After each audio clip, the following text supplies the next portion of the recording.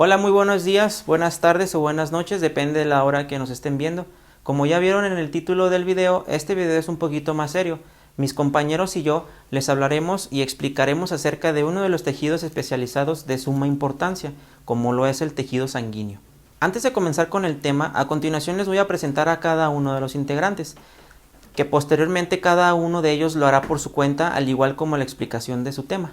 Primeramente les voy a presentar a las señoritas del equipo, que son dos. Es la señorita Mariana Salazar Jiménez, así como la señorita Lisbeth Carolina García García, así como los caballeros Fernando Martínez Gamero, Brian Ulises Sánchez Villanueva, Emiliano Herrera Gaona y un servidor, Jorge Antonio Terrazo Valenzuela.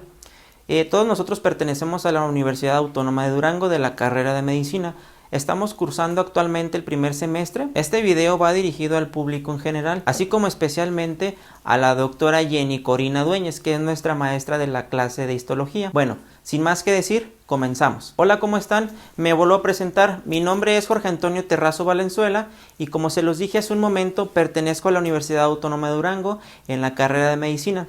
Les hablaré acerca sobre las generalidades de la sangre, así como sus funciones, de qué células están compuestas, además del plasma, así como sus eritrocitos o glóbulos rojos, como ustedes gusten llamarlos. Como todos nosotros ya sabemos, la sangre es de suma importancia para nuestro organismo, nos provee sustancias nutritivas, también así nos ayuda a la oxigenación de nuestro cuerpo, el transporte de todos los desechos, como el dióxido de carbono, mediante un proceso conocido como hematosis. Es el proceso por el cual dentro de los pulmones, en sus ramificaciones más distales que serán los alveolos, ocurre un intercambio gaseoso entre el dióxido de carbono ingresado que posteriormente será eliminado y el oxígeno que saldrá de los pulmones para ingresar al corazón por medio de las venas pulmonares, tanto superior como inferior, en su lado izquierdo como su lado derecho, que estas venas pulmonares van a desembocar en la aurícula izquierda.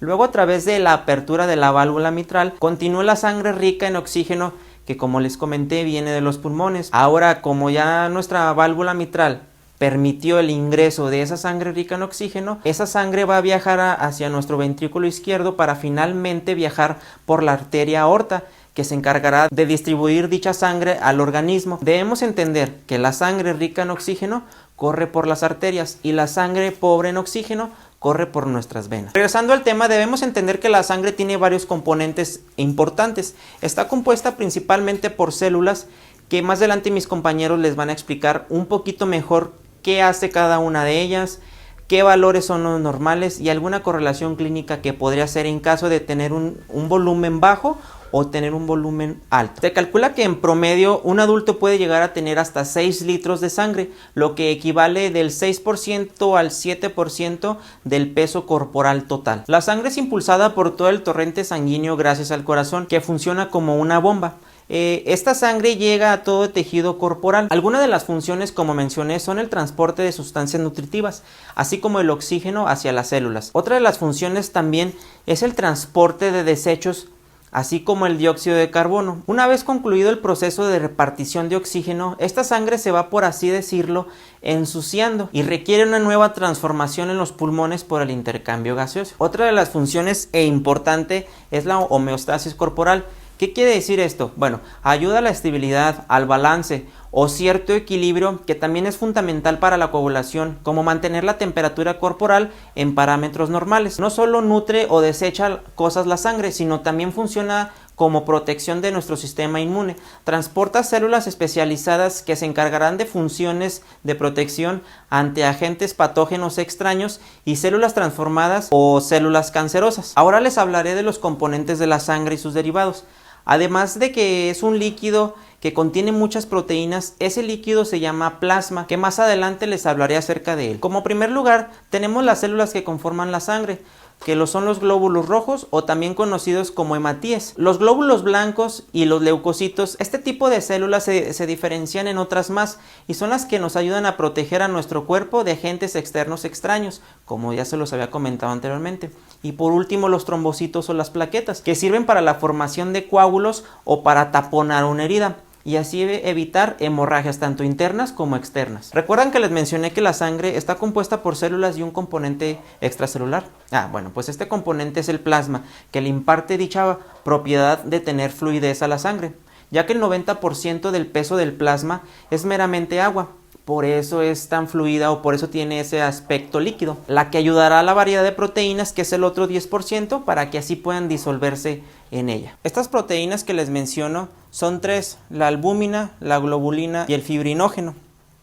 Comenzaremos primeramente con la albúmina, que es la proteína principal del cual se compone el plasma, y es más o menos la mitad del volumen. De las tres proteínas es la más pequeña y se sintetiza en el hígado. Una de sus funciones es el proporcionar el correcto volumen sanguíneo dentro de los vasos sanguíneos. Este tipo de presión se le llama presión coloidosmótica. Por su parte, las globulinas, donde son dos tipos de ellas, lo que son las inmunoglobulinas o gamma globulinas. Estas comprenden la mayor cantidad, y las otras son las globulinas no inmunes, como son la alfa y beta globulina.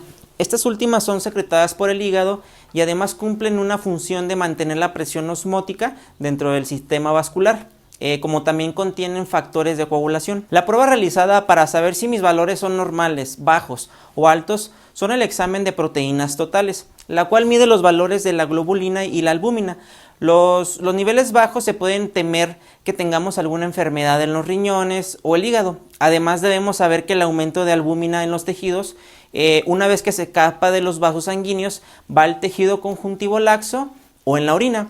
Dicha presión baja aumenta ese líquido en los tejidos y puede causar hinchazón en los tobillos. Por su parte, el fibrinógeno es la proteína más grande de las dos antes mencionadas. Al igual que las anteriores, mediante reacciones ayuda también en la coagulación. Este fibrinógeno se convierte principalmente en fibrina, que una función de ella muy importante, se forman fibras largas y forman enlaces cruzados entre la fibrina, que terminan en una malla o una red impermeable en el sitio donde el vaso hubo una ruptura, y así evita la hemorragia al no dejar salir al glóbulo rojo. Cuando la sangre está en contacto directo con el medio externo, se coagula muy rápidamente.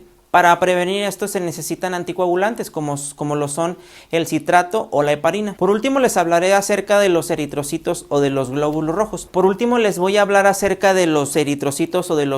rojos. Estos carecen de un núcleo y tienen una forma de disco bicóncavo, como lo estamos observando aquí a continuación. Estos solo tienen una cierta funcionalidad dentro del torrente sanguíneo y sirven para fijar el oxígeno y liberarlo en cierto tejido. Además, fijan el dióxido de carbono del tejido y también ser eliminado. Como se observa en la imagen, el diámetro es de 7.8 micrómetros, así como su espesor en bordes laterales, que es de 2.6 micrómetros, o en su borde central, que es de 0.8 micrómetros. Tienen una vida media algo larga, ya que pueden vivir en nuestro organismo 120 días.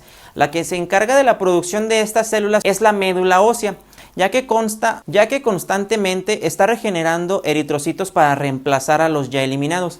Mencioné que la forma del disco, que su aspecto son algo rígidos e inflexibles, pero no lo son, de hecho son muy deformables, y todo esto para que por el torrente sanguíneo, por diferentes capilares de calibre pequeño, pueden atravesarlo y así poder evitar un trombo, ya que puede tener desenlaces muy feos como una embolia. La forma que adquiere el eritrocito es gracias a las proteínas que se encuentran en su membrana, ya que proporcionan estabilidad mecánica y esa flexibilidad, además de correr libremente por la circulación. Como podemos observar en la imagen de mosaico, la membrana es una bicapa lipídica que por su parte central es hidrófoba. ¿Qué quiere decir esto? Que no tiene afinidad con el agua, y en su periferia, que es hidrófila, que es todo lo contrario, o sea que tiene una cierta afinidad por el agua. Existen, como podemos observar, varias proteínas integrales.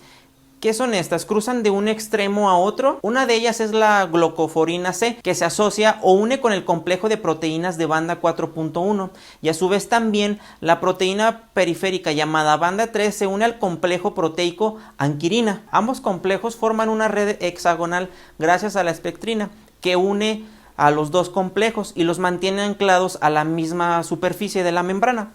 Para finalizar, podemos decir más fácil que la proteína glucoforina C es responsable de la adición de la membrana, y la otra proteína periférica, la que les dije, la banda 3, es como la banda más abundante. De estas hay muchísimas bandas 3, muchas proteínas integrales que atraviesan la membrana del eritrocito para así poder mantenerla adherida a la misma membrana. Cualquier defecto de alguna de estas proteínas puede generar que los eritrocitos sean frágiles y su configuración sea anómala. Un ejemplo de ello, esto sería la esferocitosis hereditaria. Como su nombre lo dice, causa eritrocitos de forma esférica y no en forma de disco como normalmente tiene su aspecto. La proteína responsable de esto es la anquirina, ya que sirven como anclaje entre la membrana y la proteína integral, como ya se los había mencionado anteriormente. Ya sea la banda 3 o la banda 4.2, así como se puede deformar un eritrocito en forma esférica, lo pueden hacer en una forma elíptica o con un diámetro transversal, casi como un óvalo, y todo esto es porque la proteína afectada se llama espectrina, ya que como une lateralmente a otra espectrina, ocurre un alargamiento indefinido, por lo que su forma se vuelve más elíptica y crece lateralmente. Para finalizar mi exposición, les hablaré sobre la hemoglobina. Esta proteína altamente especializada participa en el transporte de oxígeno como dióxido de carbono. La hemoglobina más que nada se encarga de fijar ese oxígeno, ¿se acuerdan que ya se los había comentado? Está en los pulmones para luego ser transportado por el sistema cardiovascular y ser liberado en los tejidos. Vamos a poner un ejemplo muy fácil. La hemoglobina es como un taxi, así imaginemos, y los pasajeros son el oxígeno. Esos pasajeros van a ciertos lugares donde van a ser liberados. Así podemos entenderlo un poco más fácil. Su configuración es algo sencilla de entender. Está compuesta por dos cadenas alfa y dos cadenas beta. En este caso tenemos una alfa 1, alfa 2, beta 1 y beta 2, pero no por esto quiere decir que la proteína está totalmente formada o definida, solo por la unión de estas cadenas polipeptídicas en el eritrocito. Este tipo de proteína se llama globina. Necesitamos un grupo hemo que se va a adherir a cada subunidad, o sea, tendremos 4 grupos hemos con su respectivo hierro cada uno. Los adultos tienen la mayor prevalencia de tener hemoglobina de tipo A, ya que es un tetrámero que contiene 2 cadenas alfa y 2 cadenas beta. Por su parte, la forma principal de la hemoglobina en el feto es la F, y cuenta con 2 cadenas alfa y 2 cadenas gamma. Un trastorno relacionado con la proteína hemoglobina es la anemia. Todos hemos escuchado alguna vez este término o esta enfermedad. Es más que nada la disminución de concentración de dicha proteína. Podemos considerar bajos niveles de hemoglobina si son menos de 13.5 gramos por decilitro en varones, y en mujeres se considera que menor de 12 gramos por decilitro se puede catalogar como una anemia. Los factores principales para cierta reducción en la concentración son las hemorragias, que nuestro cuerpo no produzca la cantidad adecuada de eritrocitos, así como destrucción acelerada de los mismos. Al igual, si no tenemos una ingesta de medicamentos que contenga hierro. Algunos de los síntomas más comunes en una anemia leve son la debilidad, la fatiga, pierden energía y sienten débiles como ya se mencionó. Bueno, de mi parte sería todo. Espero ya haya podido explicar de manera correcta cada uno de los temas abordados en esta parte del video. Espero su valoración en los comentarios y que sigan teniendo un excelente día. Hasta luego. Yo me llamo Mariana Salazar Jiménez y les voy a hablar sobre los leucocitos, neutrófilos y eosinófilos. Los leucocitos se dividen en 2 grupos.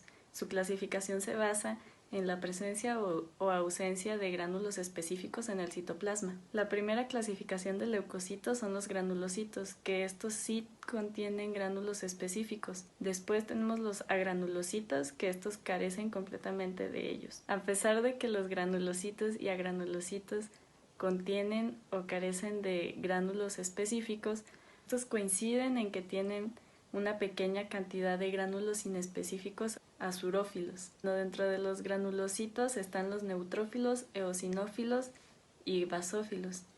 Los agranulocitos serían los linfocitos y monocitos. Los neutrófilos miden de 10 a 12 micrómetros, lo que los lleva a ser más grandes que los eritrocitos. Su nombre se debe a la ausencia de tinción citoplasmática, aunque también se caracteriza por lobulaciones en su núcleo, por lo que también recibe el nombre de neutrófilos polimorfonucleares o polimorfos.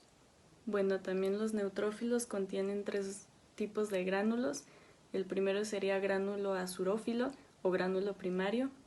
Estos gránulos son los más grandes pero menos abundantes. Surgen en el inicio de la granulopoiesis y estos también se presentan en todos los granulocitos y también en los agranulocitos, como había comentado anteriormente. El siguiente tipo serían los gránulos específicos o gránulos secundarios. Estos son más pequeños, pero son el doble de abundantes que los gránulos primarios. Estos gránulos contienen diferentes enzimas, tales como la genotipo 4, gelatinasa y fosfolipasa. También contiene activadores del complemento y otros péptidos antimicrobianos. Y por último están los gránulos terciarios, en donde en los neutrófilos hay dos tipos. Los primeros contienen fosfatasas, que a veces se les llaman fosfasomas. Estas son enzimas que extraen un grupo fosfato de un sustrato. Y el otro tipo son metaloproteinasas, que facilitan la migración de los neutrófilos a través del tejido conjuntivo. Y bueno, una propiedad importante es su movilidad, y su migración es controlada por la expresión de moléculas de adhesión. La fase inicial de la migración de los neutrófilos ocurre en las vénulas poscapilares. Debido a una interacción entre la S-lectina y P-selectina, los neutrófilos reducen su velocidad y ruedan sobre la superficie del endotelio. En la segunda fase, un grupo de moléculas de adhesión provoca una unión estrecha entre los neutrófilos y la superficie endotelial, y hacen esto con la finalidad de poder reconocer bacterias o otros agentes infecciosos. Los eosinófilos tienen un tamaño similar a los neutrófilos y tienen un núcleo bilobulado. Reciben su nombre a causa de los gránulos refrigerantes en su citoplasma, y estos tienen dos tipos de gránulos, a diferencia de los neutrófilos que tenían tres. El primer tipo de gránulo son los gránulos primarios o azurófilos y los gránulos secundarios o los específicos. Los gránulos primarios son lisosomas que contienen hidrolasas ácidas y otras enzimas que funcionan en la destrucción de parásitos y en la hidrólisis de complejos antígeno-anticuerpo. También contienen 4 tipos de proteínas. La más abundante se llama proteína básica mayor, la proteína catiónica de eosinófilo, la peroxidasa eosinófilo y la neurotoxina derivada del eosinófilo.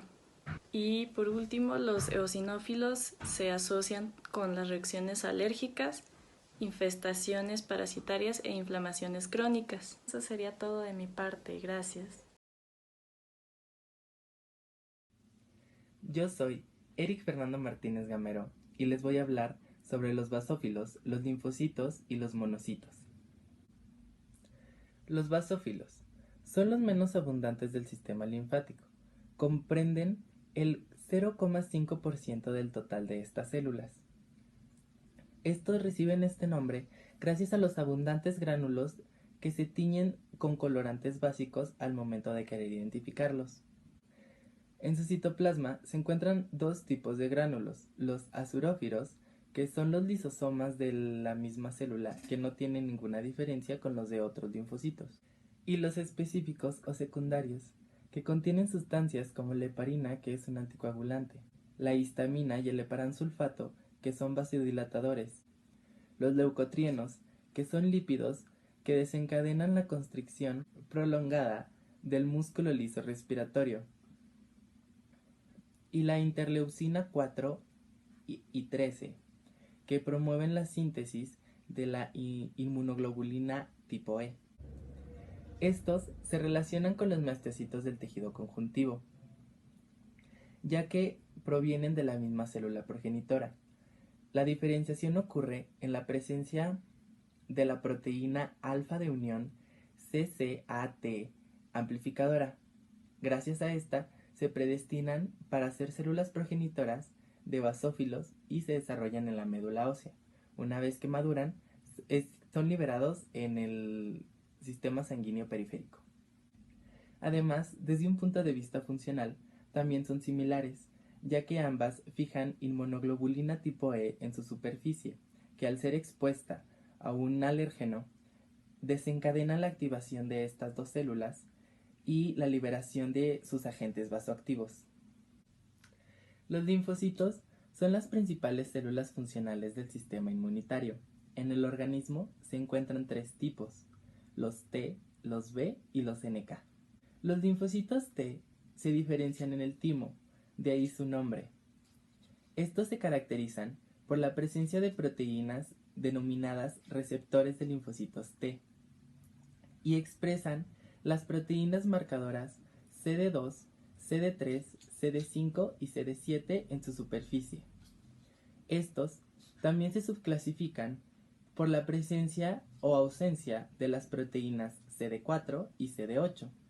Los linfocitos T CD4 reconocen antígenos del complejo mayor de histocompatibilidad 2, mientras los linfocitos T CD8 reconocen antígenos del complejo mayor de histocompatibilidad 1. Se han identificado 4 tipos de células T: las citotóxicas, que son los linfocitos CD8.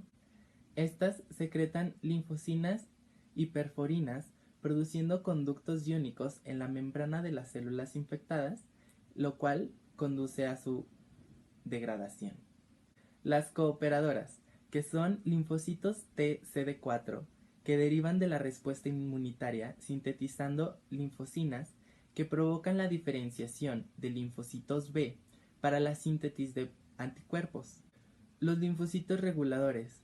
Estos pueden suprimir respuestas inmunitarias influyendo en otras células de este sistema, tanto en células T como en células B. Y por último tenemos los linfocitos T gamma delta. Estos poseen receptores distintivos formados por cadenas de proteínas gamma y delta. Estos linfocitos, una vez que se diferencian, viajan al tejido epitelial y ahí colonizan para ahí realizar su trabajo. Por último, en los linfocitos tenemos a las células NK o Natural Killers. Estas se llaman así debido a que se programan desde su desarrollo para destruir células infectadas por virus y algunas células tumorales. Estas secretan interferón gamma, que es un antivírico, y sus marcadores específicos son el CD16, el CD56 y el CD94. Los monocitos son precursores del sistema fagocítico mononuclear. Estos actúan durante la inflamación, transformándose en macrófagos del tejido y fagocitan bacterias, otras células y detritos tisulares. También son conocidas como células presentadoras de antígenos, ya que degradan parcialmente antígenos y les presentan sus fragmentos a los linfocitos T CD4 cooperadores para que comiencen a hacer su tarea. Hola, buen día. Mi nombre es Lisbeth Carolina García García. Actualmente curso el primer semestre de la carrera de médico cirujano en la Universidad Autónoma de Durango. En esta ocasión les voy a hablar sobre 4 temas relacionados con la histología. El primero sería los trombocitos o plaquetas. Estos son pequeños fragmentos citoplasmáticos limitados por membrana y anucleados. Estos derivan de los megacariocitos, que son grandes células poliploides de la médula ósea. La membrana que reviste estos conductos se origina por imaginaciones de la membrana plasmática.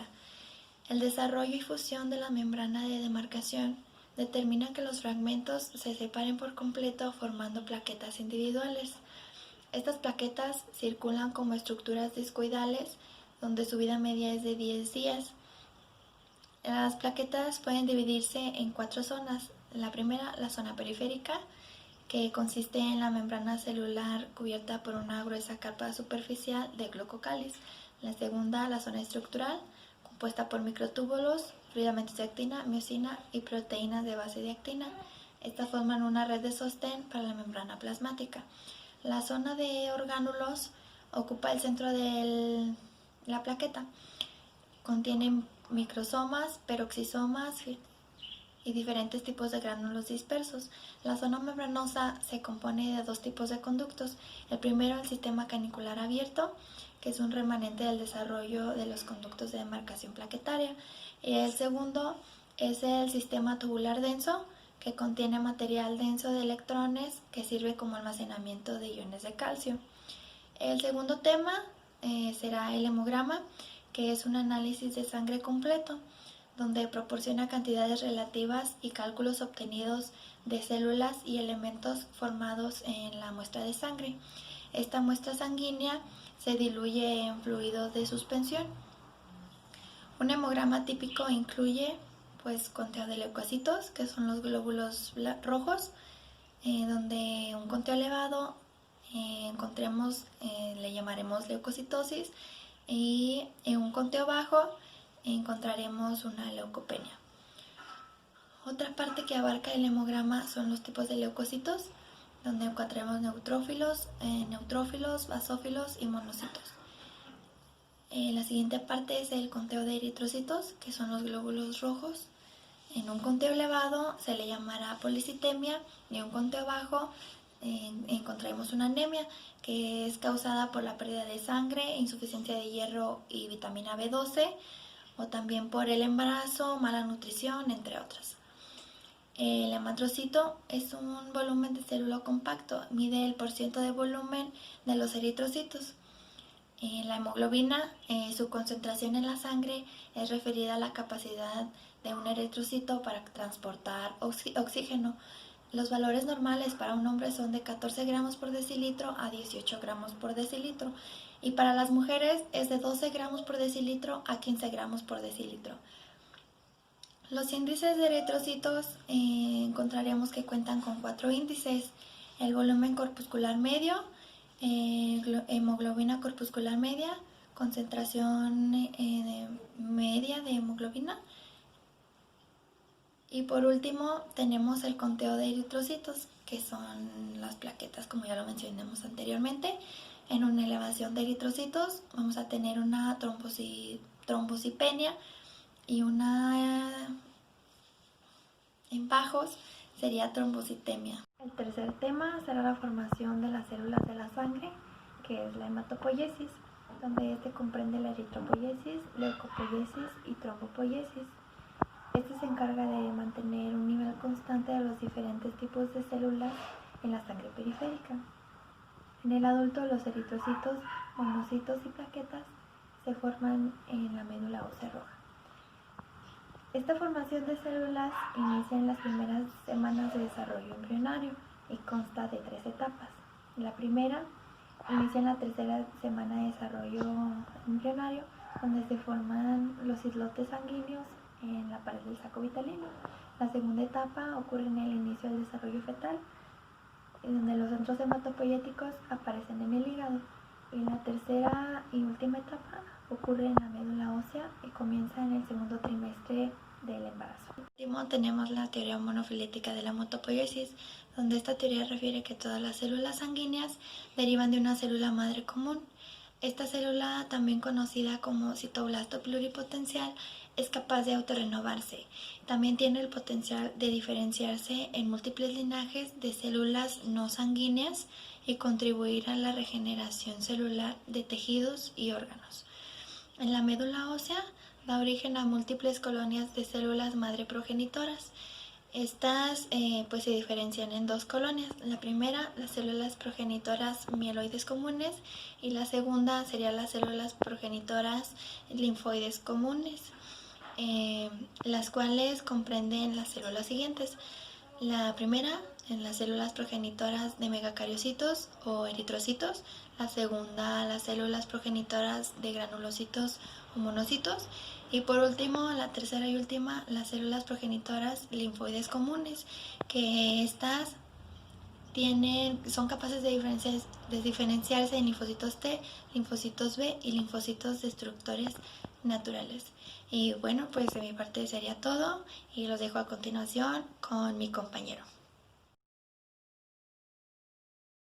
Mi nombre es Brian Ulises Sánchez Villanueva y yo les voy a hablar sobre la eritropoiesis, la cinética de la eritropoiesis, trombopoiesis y la granulopoiesis. La eritropoiesis es un proceso de la hematopoiesis que se presenta como el mecanismo de producción continua de los eritrocitos. Se estimula mediante la baja de O2 que se detecta por los riñones, donde se producirá la hormona llamada eritropoietina. Los eritrocitos se desarrollan en las células CMP, que bajo la influencia de esta hormona que mencioné, la eritropoietina, se diferencian en células MEP. Bajo la acción GATA1, las células MEP se transformarían en progenitores sensibles a la eritropoiesis, dando origen así al proeritoblasto. Este proeritoblasto es la primera célula reconocible morfológicamente del reticulocito. Esta sería la primera etapa de la eritropoiesis. La segunda etapa consiste en la maduración del reticulocito, que se transformará en eritrocito 1 o 2 días después de haber salido de la médula ósea. La eritropoiesis en las primeras semanas de gestación se lleva a cabo en el saco vitelino. Durante el segundo trimestre de gestación, el hígado es el principal encargado de la producción de eritrocitos. Ya en el 9º mes de la gestación, la médula ósea se encargará exclusivamente de la formación de eritrocitos. Cuando los eritrocitos alcanzan los 4 meses de edad, se vuelven viejos. El sistema de macrófagos del vaso, la médula ósea y el hígado redirigen los eritrocitos viejos separando las partes hemo y globina. El grupo hemo y las globinas se disocian y las globinas se hidrolizan a aminoácidos que entran en el fondo común metabólico para su reutilización. Y así sería como se eliminarían los eritrocitos ya viejos que duran 4 meses y se crearían unos nuevos, se reutilizaría así la cinética. La trombopoiesis es un proceso complejo de división y diferenciación celular que da origen a las plaquetas o trombocitos. Estos se forman en la médula ósea a partir de células progenitoras mieloides comunes que, bajo la influencia del factor estimulante de colonias de granulocitos macrófagos, se diferencian en una célula MEP. A partir de aquí ya se daría origen a una nueva célula llamada megacarioblasto, que después madura y se convierte en un promegacariocito. Ese promegacariocito se convertiría en un megacariocito granular, finalmente en un megacariocito maduro. El megacariocito maduro empieza a desprender porciones de citoplasma en forma de discos llamados plaqueta. En la plaqueta ya se observan receptores de membrana y en el interior se observa actina. Las plaquetas, al ser porciones de citoplasma, no tienen un núcleo. Tienen una zona interna densa llamada granulómero, una zona externa llamada hialulómero. Las plaquetas tienen un tiempo de vida muy corto, es de 8 a 12 días. A partir de aquí ya se destruyen en el hígado y en el vaso también. Este proceso se le conoce como trombocatéresis.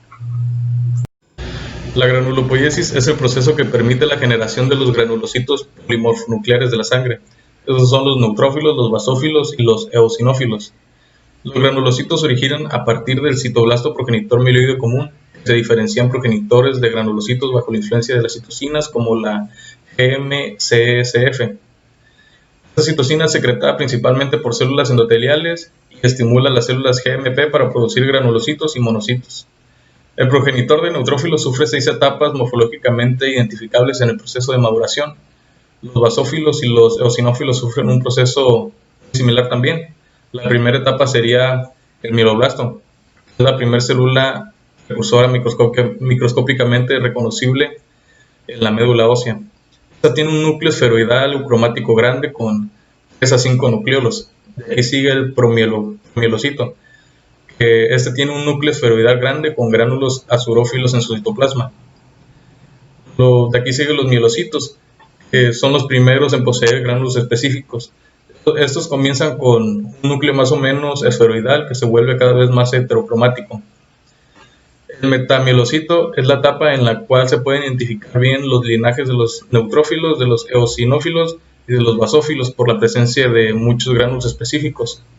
Aquí el núcleo se torna más heterocromático y la indentación se profundiza hasta alcanzar una escotadura de forma arriñonada.